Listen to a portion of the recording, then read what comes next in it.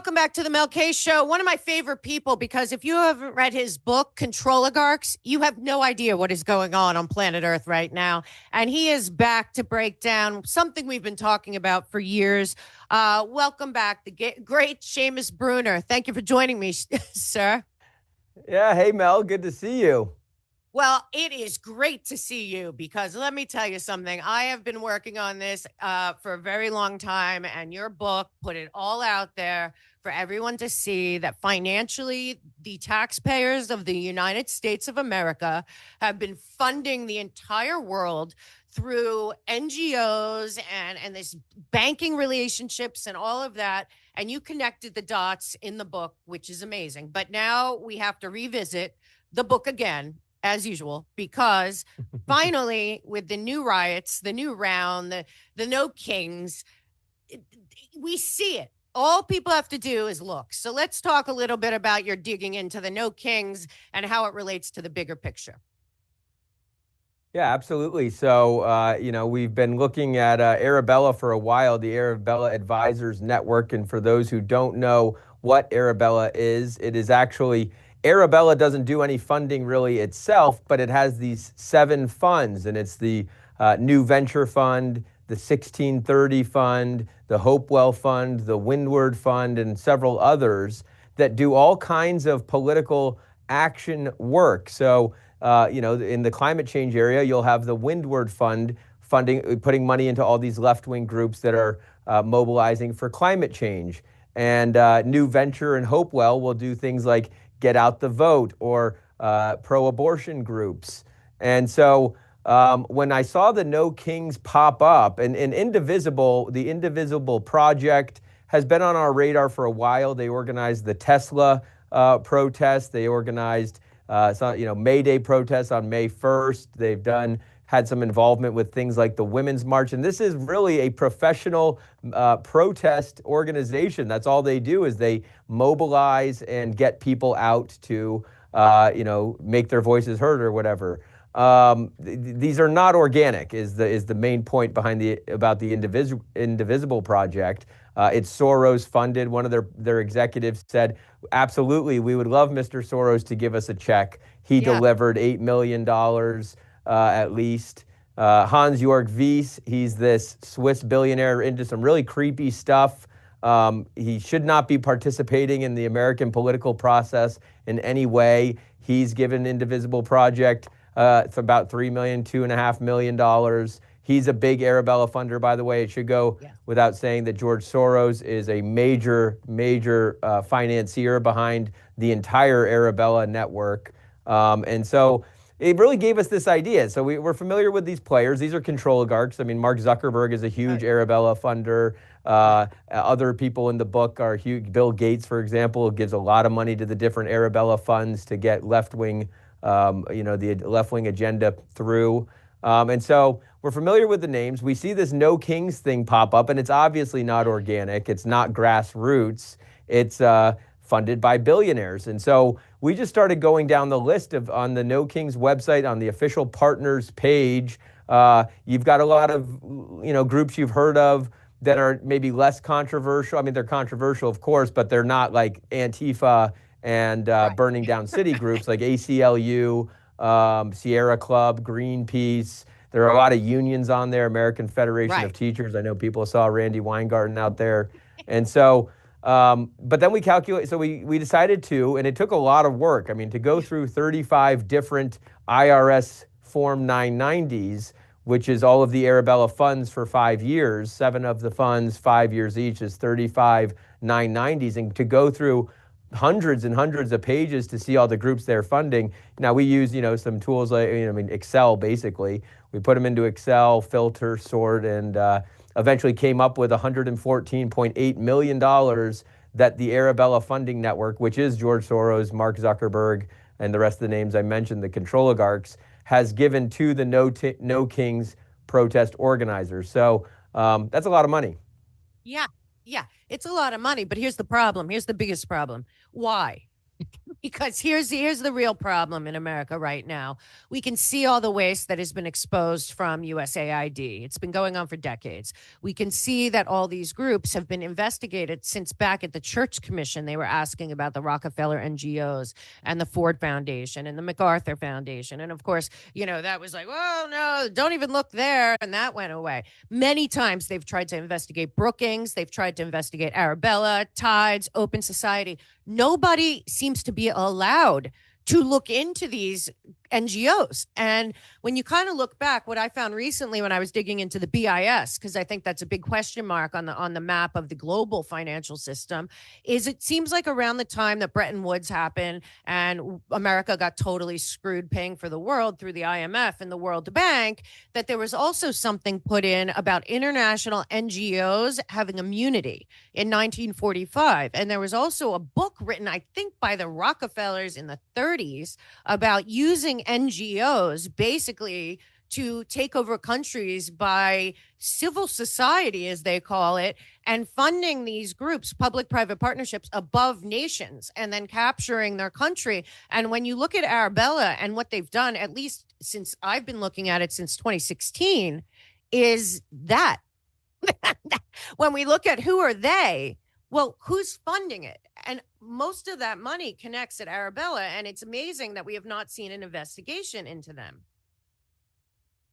Yeah, absolutely. I mean, there's been a few kind of just not even a slap. It doesn't even result in a slap on the wrist. You're absolutely right, Mel. The investigations, if there even are any, they go nowhere. Right. And eventually, the organizations keep doing what they're doing. If anything, I mean, there's been a few Soros groups that have been fully investigated, but then they get a slap on the wrist by the FEC, let's say, MoveOn.org, which is one of the protest organizers. They get in trouble for passing money to political campaigns. It's a tiny little fee. It's like the cost of doing business. And so they never actually end up in real trouble. There's a number of the things at play here. I mean, I'll get down to the deep, dark, insidious layer that you're talking about, which is collusion with the deep state and there being front organizations. But just on the most surface level, innocuous reason why these groups would not, ever have an investigation go anywhere. They're backed by billionaires. I mean, they're backed by George Soros, Mark Zuckerberg, and all of the rest, Bill Gates. And so when the federal government, which is typically incompetent, goes up against an army of lawyers and accountants from these guys, they lose. They usually lose because they're the smartest lawyer. They hire the smartest lawyers and the best accountants, and they find all the loopholes and all of that stuff. And the government, prosecutors typically want to have a good record of winning. They don't want to go on a 2-year, 3-year, 5-year long investigation and come up empty. So that's the most innocent reason that they may lose, is because the government doesn't have as good of lawyers and accountants as these guys do. Down a layer is they're in on it. The government, there's no will to go after NGOs and public-private partnerships, either by Republicans or Democrats, because they both benefit from this system. And if you upend the system of public-private partnerships and NGOs, then the gravy train ends for everybody. I mean, you see this with, Judge Boasberg, for example, who tried to stop Trump's deportation. He was involved with the FISA applications in 2016 and getting the warrants approved to spy on Trump's campaign. His family member works for these NGOs, so he's not going to, including an immigration-related NGO. And so they're not very sympathetic to the idea that NGOs are fueling an invasion into our country, because they work, family members work for it. So that's, the darker and more insidious reason is that, all of the investigators, I wouldn't say every single one, but the entire system relies on this sort of private enrichment via public funding. Yeah, and they don't know it because they think public-private partnership means them, and it doesn't. It means the people that control us. And my issue, and this is why I love the title of your book, and I use it sometimes in my own speeches, because what we're really dealing with, if I look back on the whole NGO bubble, like all of this stuff, because Arabella will get into it in a second, that's dark money. So people that are putting money into that don't want you to know that they're putting money into it. But as for the ones that we know about, What we do know is that they are all not only nonprofit and not taxed, but they are in their own category as well. I mean, there's many layers here of people that don't want you to know what they're doing, but the connections between a lot of these people and the Council of Foreign Relations and the Trilateral Commission and some of the very sketchy Poison Ivy League law schools and some of this stuff, these are bigger issues because they're global. And that's what I think a lot of people in America don't fully understand, that the global banking system of which a lot of this flows through, which is the World Bank and the IMF, and then we have all the events like Bilderberg just ended, and now they're going into the COP conference, and they have the BRICS thing over here, and then they have their summer Davos in Beijing. A lot of these NGOs go to those events. And to me, what we're dealing with is these NGOs, they might be in New York City, or they might be in San Francisco or Dallas or wherever they are. And most of them are in New York City. They're considered international projects. A lot of them, they get this kind of ability to function in America outside of America, like the vassal state of the District of Columbia. But what's very scary about a lot of this is their agenda has nothing to do with America, and yet they're funding almost everything that's destroying us from within, it seems. Yeah, that's exactly right. These guys, I mean, you kind of keyed in on it a little bit. It's almost like they've got some diplomatic immunity of some kind, and they sort of operate kind of like ambassadors to each other's countries. The tech and corporate elite and banking elite of the United States, or of in the city of London or of Switzerland, they're at all of these events, and our diplomats are at these events. And you get, like John Kerry, when he's the climate czar, is attending the COP events and the Davos events and all of this stuff. So they basically, I mean, I don't know if they have officially on paper diplomatic immunity, but if anything were to go wrong, if they got caught with as we know, prostitution in Davos is a huge problem every year that the forum is held there. If they were to wind up with a dead prostitute in their bed or something, I don't think many people think that would make big headlines. It would kind of get swept under the rug. That's how powerful these people are. That is so interesting that you say that, because I happen to think, they say that the Super Bowl weekend is the biggest sex trafficking weekend. And and what you just said is pretty important. I bet that these Davos and these events like that, they're probably giant blackmail operations on top of everything else, which has been my whole thing about what I've been looking at between, if you look at BlackRock, Vanguard, State Street, which is its own giant question mark. Then you look at all the NGOs, and then you look at what you're dealing with, which is dark money. So let's explain how Arabella, because we also have Tides Foundation does this same thing, Act Blue. It's not just on the left; it's on both, because they're controlled by the Controligarchs. There's no sides in this game. But let's talk about how the dark money works, because people say, oh, the dark money in the election, the dark money in in DC. What is the dark money network? How does that work?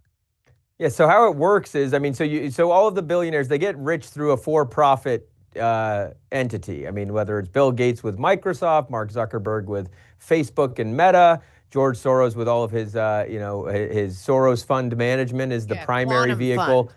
The quantum fund, right. Those for-profit endeavors, they make them wealthy. Well, they need to pay no taxes, and so they need to offset their earnings by dumping it into a nonprofit. And so you've got 501c3 as a charity, 501c4 is a more of a politically active type of nonprofit.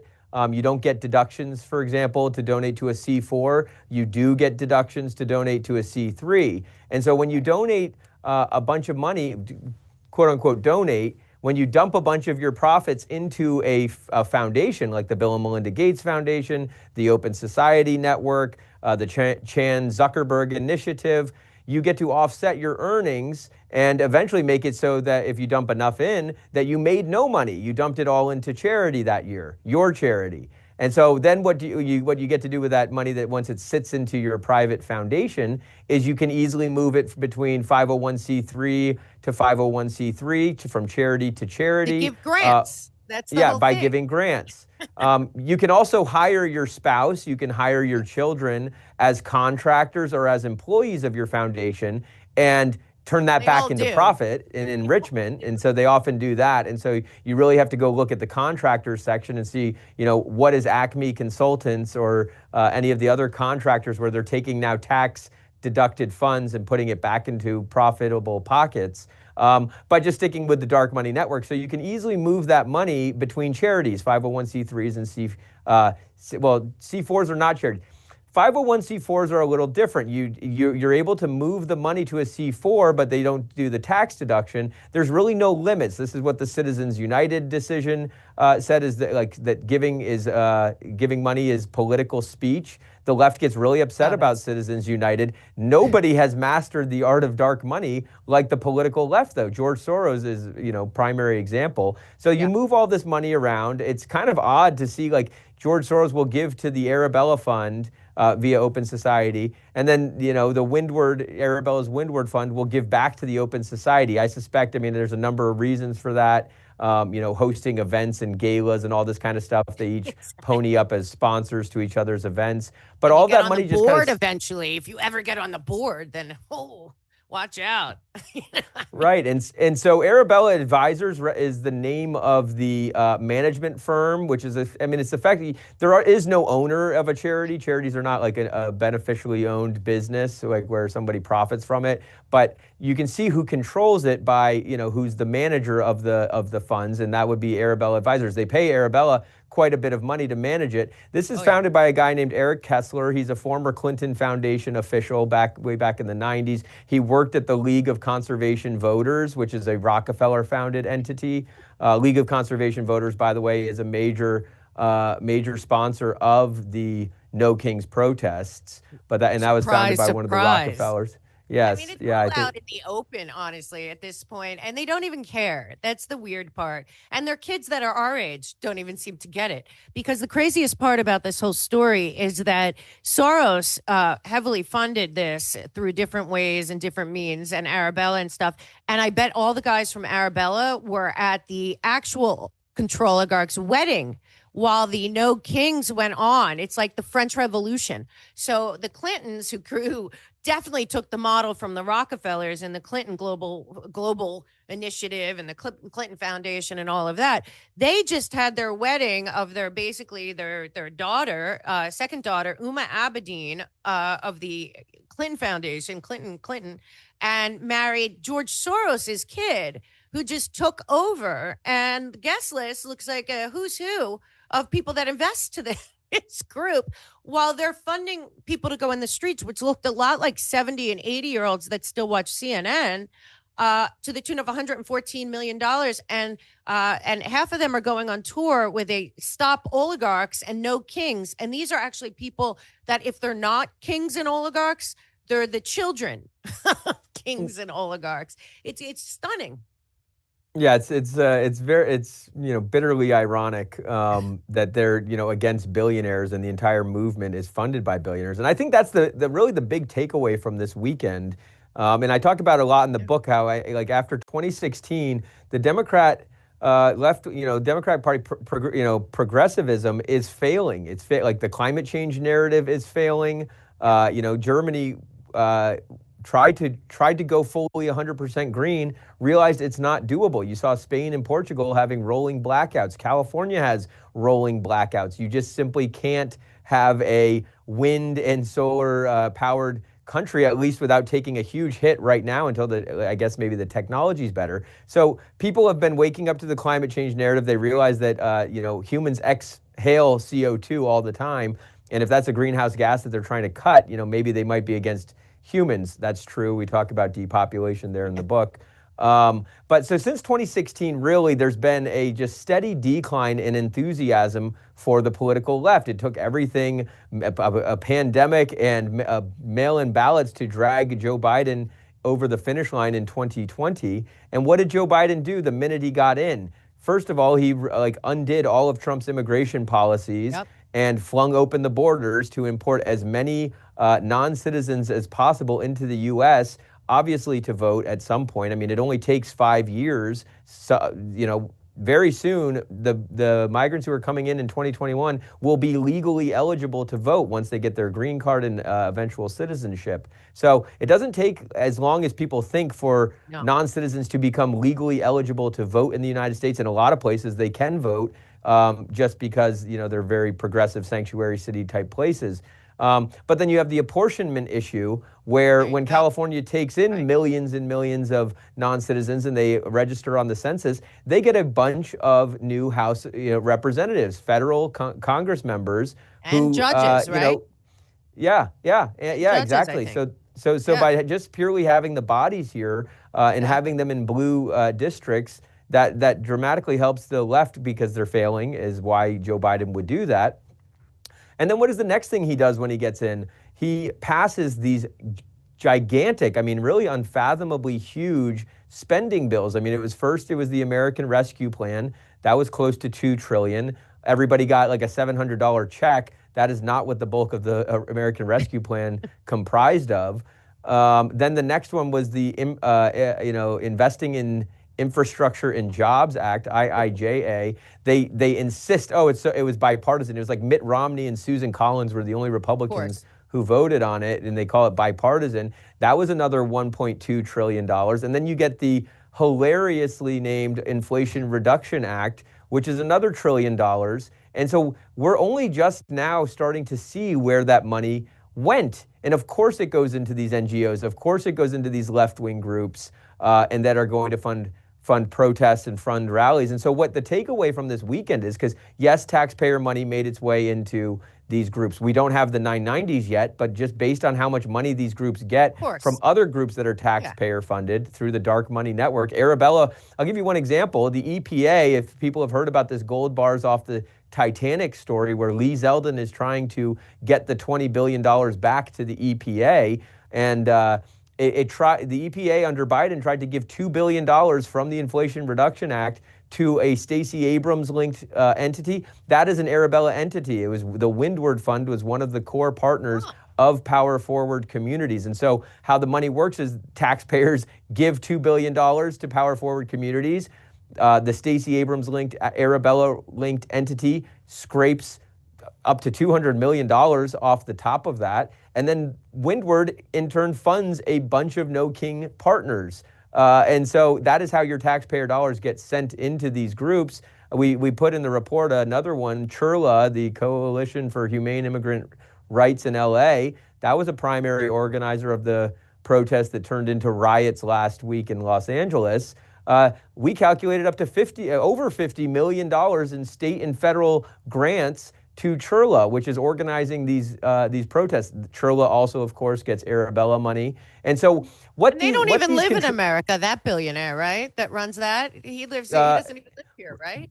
Yeah, no, a lot of the people involved in our political process are not Americans. This Hans-Jörg Wyss guy, we're going to put some really interesting stuff out on him. $100 million in 2020 into the election. And he's not even first of all, he's a Swiss national, which then of course sets off alarms in my head for how long has he been involved in this, because you really can tie it back to World War II, a lot of it. And two, as you go on and on, the other thing I want to remind people about is that, Trump did that executive order against those specific law firms. And people have to understand that they're getting away with a lot of this, and in tandem with those international, multinational law firms that do we look at lawfare as what they did to, Bannon and to all the lawyers and to Trump. But there's an international side to this that is involved in this controligarch world that is legal, that is lawyers, because the other thing about CHIRLA and some of these other things is that they're also sponsoring the lawsuits to stop Trump's executive orders. So while they're funding this, if you look at Mark Elias, he's with Democracy Docket, and you look at Norm Eisen and that whole crew and the Brookings guys, they're with States United and Democracy Defenders. But honestly, Seamus, we have to look at this. The same people we're talking about that you are naming names of, if you follow the money, they're funding these lawsuits that are stopping Trump's ability to even be president. That's the craziest part, is that the why. the why. This is much bigger than Donald Trump or America. I really think that this is a model that has captured not just our country, but the world. And America is the only one that can still actually maybe do something about it. Yeah, well, you're exactly right, Mel. And it's what's so insidious because it would be bad enough that your taxpayer dollars are going to fund left-wing groups. I mean, that shouldn't happen. Like, if anything, it should be evenly distributed. Or how about you don't take any of our tax dollars to fund political Exactly. groups? Right. But I mean, like really. worse than that, it's so much funding that it has devalued our currency to the point that groceries are twice what they were a couple of years ago. So you're plundering from the middle class every single time they spend money. And then the final, just how enraging this is that they're doing it to destroy democracy, to destroy your country. So they're taking your money from you, they're devaluing your currency so that you are even, more poor from this heist on the Treasury. And then what are they using it for? To target your political candidate, to target your president, to target your political process, to finance the invasion of your country by, foreign people who some of them mean well, a lot of them don't.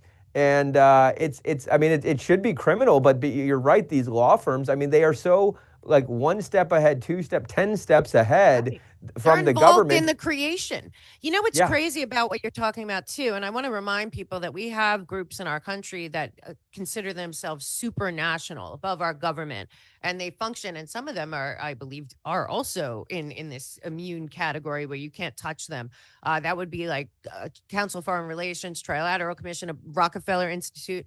But then you also look at the next level. Now, I know people don't like talking about this, but the Jeffrey Epstein situation, I just want people to know, back to Bear Stearns and all of that, is his game was he was really good at hiding money, and a lot of that money was through foundations and front companies. There was still a case open recently, and I think that Biden AutoPen shut it down at the end. But I mean, he had all kinds of shell companies and foundations and 501c3s, 501c4s in the U.S. Virgin Islands alone. But a lot of this stuff, also a lot of these NGOs, they have foreign banks that fund them. As I mean, like this is when we say dark money, this literally is the darkest. Like, remember the Panama Papers and all of that. So what's crazy is that the U.S. taxpayer has been so looted and so lied to through this fraud and this scheme, and yet the U.S. taxpayers don't know it. I mean, you're saying it, I'm saying it, Zero Hedge will report it, but I mean, this is something that, forget all of the division we had. If the people in the United States, even when they were seeing the Doge cuts, that's how you know who would have like fallen for it in Nazi Germany. That people that are bombing Tesla factories, instead of saying, why are they sending $500 billion overseas for regime change in foreign countries that I don't even know would they exist? I think that there's that next level of the awakening the American people, because Trump's got what, a year and a half, 2 years, I mean, to get stuff done. Then we're on to another whole thing. And it's like the information that you and Peter and a couple other people are putting out, but you can go back to even before that you guys were talking about when your book came out. This should infuriate everyone. I mean, not just in America, in the whole world. This is the enemy of the whole world, because these NGOs, they're international. That's the craziest part to me, is like America's the only one that has a voice anymore. Think about the silencing of the voices in the EU, who are the main hub, I think, for a lot of this money and these regime change. But what's happening right now, Seamus, in America, that I think we've been in a color revolution since 2016, our same money through these same groups paid for regime change all over. This is just the one in America, or this is Act 2 of the 2016. Yeah, you're exactly right. And it's also, I mean, we'll get to maybe the good news in all of this, but let's stick on the enraging stuff for a minute, because it just goes to show you how wealthy and how prosperous and how blessed we are in America, that people can go there, can live through all of this without getting upset about it. I mean, we are so comfortable here that that people don't feel the need to be aware that they're being robbed to the tune of trillions of dollars. But for those of you who are awake, and why it's so important to wake other people up as soon as possible, is it's not always going to be this comfortable. We are heading for a really troubling time as AI ramps up. It can do all sorts of great things. I'm not like a Luddite here, but every single AI expert says that massive job losses are coming. All of them. Sam Altman, I mean, all of the people building it, they're specifically building it to replace humans. And they say it's going to be a good thing. I mean, even Elon Musk, thinks that we should be able to just, enjoy our lives and not work. I reject that, by the way. I I think reject that too. working. That's not human. That's Yes. anti-human as far as I'm concerned. And also what you're saying right now, and you're a very smart guy, so you're going to get this, and I think my audience will too. They have been dumbing down our children on purpose for 30 years. We aren't breeding and putting out the best of the best of engineers and mathematicians and even AI creators. I mean, this is that education, as I saw with Apple in China, has been taken over by big tech, while our teachers unions, and one of them, Randy Weingarten, was working with Indivisible to recruit people. Both teachers unions were on the front lines of the No Kings, but our children can't compete in the AI world on purpose. There's no other explanation for the complete and total destruction of the American child's mind over the last 20 years, other than to make sure that we can't compete. And that's what bothers me so much, because a lot of the NGOs of the Controligarchs that you identify also have funded the destruction of the education of our children in tandem with funding these big tech stuff. And then you find out, well, the engineers are being trained once they go and work at Google at 19. Not through these colleges, and then the kids that are coming. So to me, this all connects to a controlled demolition of the United States. And you're absolutely right. America is in the world. 35% of consumerism is in the United States of America, because we live the best life and we have the best disposable income. Even the middle class, and frankly, the welfare class is better off than most countries, because Germany is only 3% of the consumer income, the consumers in the world. And look at them. So to me, I mean, that you're putting together the pieces of consumerism and AI and all of that, that is why it matters. But when I ask in the beginning, why are the Soroses and Arabella and all these people funding this? It's because I think that they believe in that future, that Agenda 2030 kind of technocracy future. And like Noah Harari said on at Davos, we don't know what we're going to do with all these useless humans. I mean, the guy said it on stage. So, I mean, it's much bigger than people think. And I know you and Peter have been trying to do this, but the American people should be furious, and that the news isn't telling people this is the cause of all of this, and that there's so many more of us. And I mean us, meaning Americans, than there are these Controligarchs and even their entire foundations, but people just don't know. Yeah, we outnumber them 1,000,000 to 1. We provide all of the money to the federal government. I mean, you can't advocate, there should be this is the thing, is that the political right is so much worse at organizing than the political left.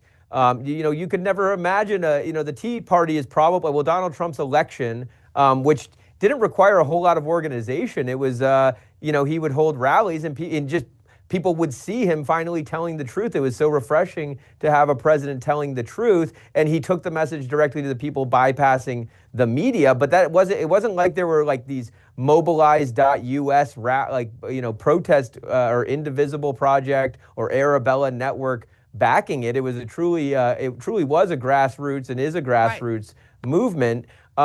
But what the right can't do is they can't mobilize for anything besides, every 4 years, maybe an election, or every 2 years for the midterms. But people should be waking up. I mean, at least spreading the word a lot more than they are right now. But I will say, so we could get into some of the good news. There's a lot of dark news. Well, I'm laughing because I think there is a lot of good news. When this article about your report is the number one on Zero Hedge, which I read every day today, I am cheering. And I knew you were coming on, so I was like, oh, thank God, because then it's creeping into the majority.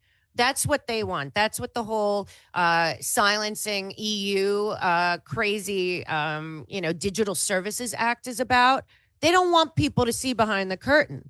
And once people see behind the curtain, like the way you're laying it out and the way you laid it out in your book and the way you guys do on the website, once we have mass amount of people that clearly see what is happening here to the American middle class and the taxpayer, that the real victim here are the people that believe in growing up, getting a job, building a business, having a life, having a family, raising a family, maybe taking a couple vacations, watching their grandkids grow old and having a life with purpose and meaning.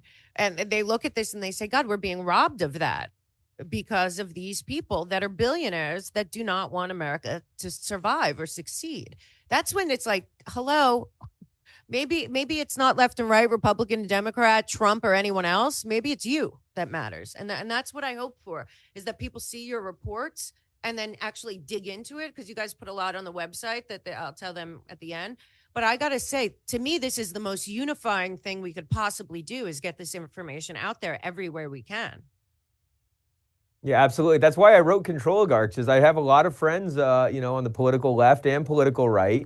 And the left would say, oh, the billionaires are to blame for all of the bad stuff that's happening. The political right would say government is to blame. And I wrote this book to say, yeah, you're both right to a degree. It's the billionaires in bed with the bureaucrats that are going to upset you. And I have to say, looking at the No Kings rally, I went to the local one just to see like what it was like here where I live in Tallahassee. And all of the reports are true. It was all old, I would say over 50. I mean, there were some young people there, but it was mostly old, mostly white boomer types who probably have had 50 plus years of MSNBC type programming and can't break through the conditioning. But I have to say, a lot of my left-wing friends read Controligarchs, loved it. They're not buying it anymore. They don't like the top-down Democrat donor driven movement, which they know is totally in bed with their enemies, the billionaires. And so they're starting to kind of be more receptive to, populism, economic populism. I don't know that we're ever going to get them on the social issues, obviously, but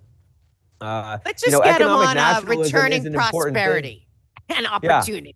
Yeah. I mean, well, they're all starting to have kids too. The young ones, who were not having kids before. Once you have a kid, it's like a lot of the friends I'm thinking of, it changes the way you think. It's like, maybe being an activist isn't a good thing to be anymore. Maybe I want to raise my kids, and then you start to realize, where's all my money going? Why is all this taxes getting taken out of my paycheck? Why are my groceries more expensive? And you start to wake up. So I think it was Churchill who said, if you're not a liberal by the time you're 20, you don't have a heart. And if you're not conservative by the time you're 40, you don't have a brain. Yeah. So let's hit him with some good news about that you found during this adventure. Yeah, well, the good news is even when you have $2 billion worth of organizations trying to fund a revolution, the money might be able to buy some organization, but it can't actually buy enthusiasm. I mean, these were low attended, for the amount of money spent on them. Right. It's like maybe 2 million people nationwide, which it sounds like a lot of people. That's a tiny, tiny portion of the population. And based on how much money they spent for these things, very poorly attended. People aren't buying it anymore. And it kind of goes back to like what I was saying about like after 2016, when the political left realizes that they can't win hearts and minds anymore, first thing they do is flood the country with non-citizens. And the next thing they do is plunder the treasury to the tune of trillions of dollars. That shows they're losing. And so, are they going to overturn the table and take their ball and go home? I mean, that's a question for sure. But I don't think they're going to ever come back from this. I mean, the fact that people are not buying into communism and Marxism as much as they might have 20, 30 years ago, 40 years ago, I think people are realizing that the lies of the left have borne out. They've been played out, and there's just not a whole lot of excitement for it anymore. Yeah. And you guys also did phenomenal work the whole time on the Biden family. And now we have the auto pen pardons and stuff. Just before I let you go, because it's always awesome to get into this, let's talk a little bit about kind of where you think we are right now in terms of any kind of accountability or justice. Because as far as I'm concerned, Peter Schweizer, whom you work with, has put out plenty of evidence, white collar criminal evidence, as you have, to at least have seen some indictments, at least have seen RICO cases, at least have seen people like Samantha Power pulled in front of the entire country to ask about some of the payments that went out of USAID on her watch. So where are you in accountability? I know you guys have do a lot of the research that is used eventually. Do you feel that we will see anyone held accountable for all of the stuff that you guys dig into, or anything that is sparking your interest in that realm?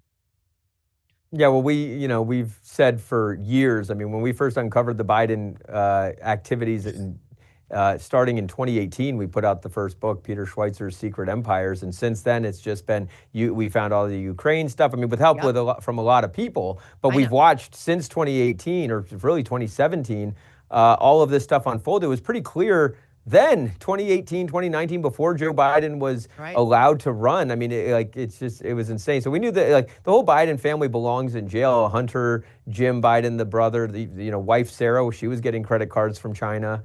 Frank Biden, the other brother, Valerie, all of them. They were all in on it. For 50 years, this has been the Biden business model, was to sell policy and access for money to, I think it got really bad when he started doing it, overseas with other companies. Previously, it was just, construction companies and Lunch Bucket Joe in Pennsylvania. So that's my opinion. The pardons are a problem. Before Biden's, we were looking into the Clintons, and one of the things I spent a lot of time looking at was how Bill Clinton sold pardons way back in 2001 to a bunch of people.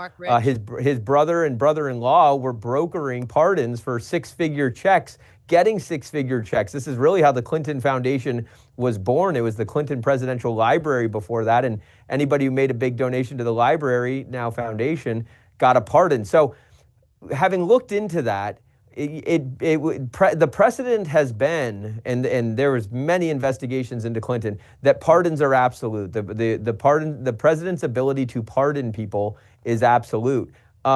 This Biden situation is totally unprecedented, though, with the auto pen. I have to applaud Mike Howell and the guys over at the Oversight Project for uncovering this stuff, because what if Joe Biden wasn't in his right state of mind? I mean, in courts, if people aren't in the right state of mind, contracts are invalidated. And so the fact that the White House was basically being run by a cabal, and that I think the biggest piece of evidence, because what you'll hear from both sides, people on both sides on Fox and on other networks, on CNN, is that the auto pen has been used for millennia. I mean, it's always been here. We've always had this auto pen. And so you can't question the auto pen. It's like, okay, but this is different. This is Joe Biden didn't know about some of the things that had been signed. How do we know that Joe Biden approved everything that had been signed with the auto pen? And of course he wants his family pardoned. If you find enough that hasn't been, then you have to convince me it has. And you know what? Some of the people that you're talking about, though, in that inner circle, the Donilon brothers, Dunn, Anita Dunn. Yes. Was, and then there's the whole, again, lawfare crew out of Georgetown Law, the lawfare crew out of NYU Law, because in all of the situations that you're talking about, the only reason these people aren't in prison might be something else you uncovered, which is collateral consequences memo. Because we do have to start to find out why, because don't forget also, a lot of people are yammering and very upset about the Epstein stuff. But what I always say is, well, he created the Clinton Global Initiative, the Clinton Foundation. He was in it. And when I talk about the laundering of money, and then his whole thing with being the guy who could hide taxes, went back in the Bear Stearns day, all of this does connect together. So I think people are at a place, and I think we're getting to the avalanche level of like, okay, well, I get the model, but where's the accountability? Yeah, and gosh, Mel, you are so sharp. You always impress me. I watched the Tim Pool stuff, and I was like, I gotta talk to Mel.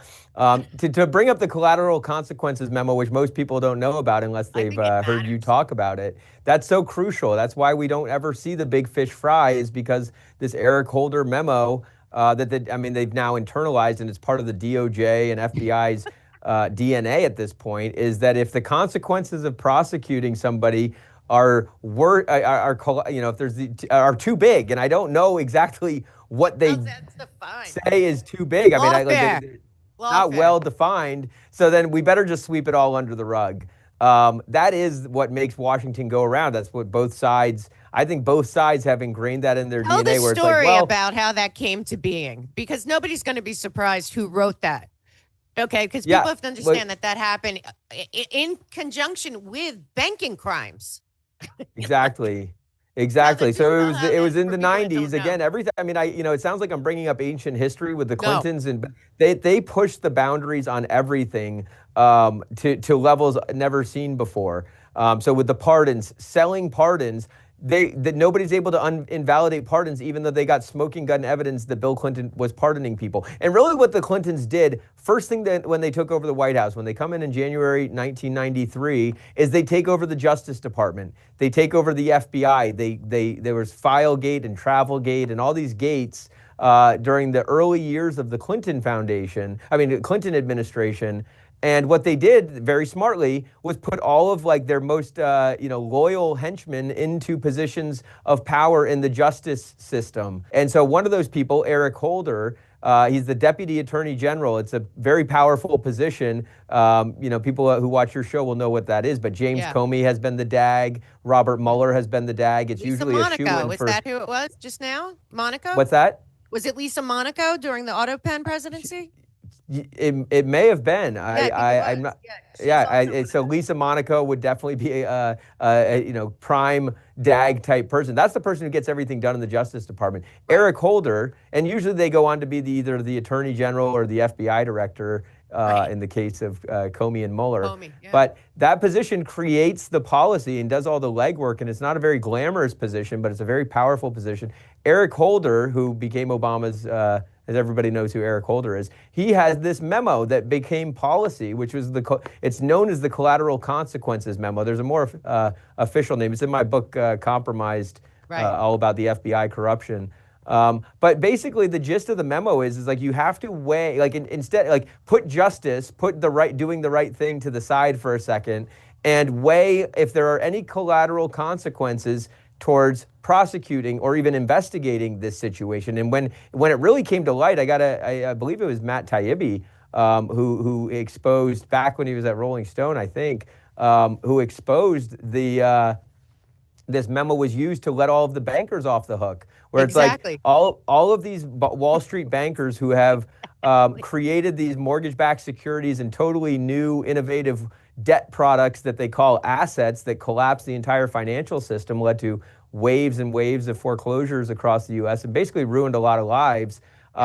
Their greed and speculation caused this to happen. But if we prosecute the heads of Goldman Sachs and J.P. Morgan and Morgan Stanley and Bank of America, that's going to bring the whole financial system down. Well, it came down anyway in a lot of ways. But it didn't hurt them. Nobody went to jail. But it didn't hurt them. Got in trouble.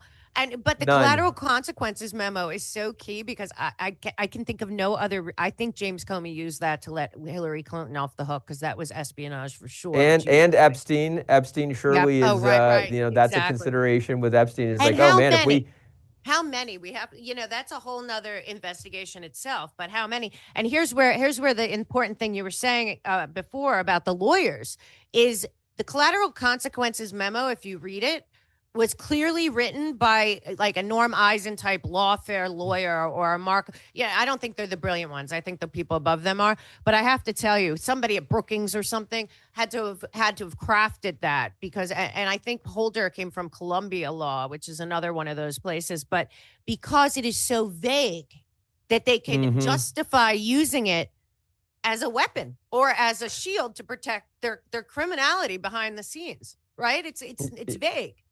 Yes, it completely vague because honestly, the system can survive prosecuting anyone. And so it's a total lie that the system will come down in some way. And if a system is being held up by, people like underage sex ring criminals and blackmail rings or people who are completely robbing the middle class and foreclosing them and kicking them out of their homes, it's not a very good system anyway. So we need to bring back prosecutions. Trump needs to be prosecuting people a lot more than he is. And I give an example. There's very few scenarios where you can point to accountability happening. It's very frustrating working for an organization called the Government Accountability Institute and not That's why I was asking, because you guys should be working with a special but counsel. I'll give you an example.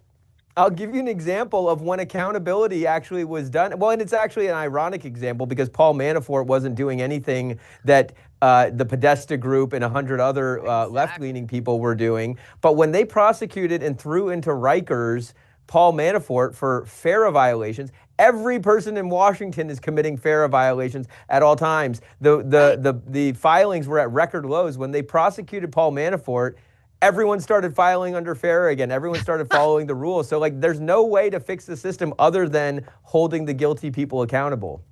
1,000%. You know, I sometimes talk about, I was really inspired by Hannah Arendt in my life. And she said about Nuremberg that, like, if everyone's accountable, nobody's accountable. If everyone's guilty, nobody's guilty. So if you're telling me it's the FBI or the CIA or the SEC or whatever, I don't care. I want to know the people at the table who were involved. And at this point, we deserve to in this country because it's not a huge group. And you lay it out. Both you and Peter have done the best. That you guys should have your own special counsels each to tell them where to go get the white collar criminals of the last 40 years, basically, because a lot of these, like you said, they pass it down and they hire their children or and all these judges, every single one of them are connected. A spouse is connected to an NGO, or in Obama, they had like their daughter or their husband worked at the main media.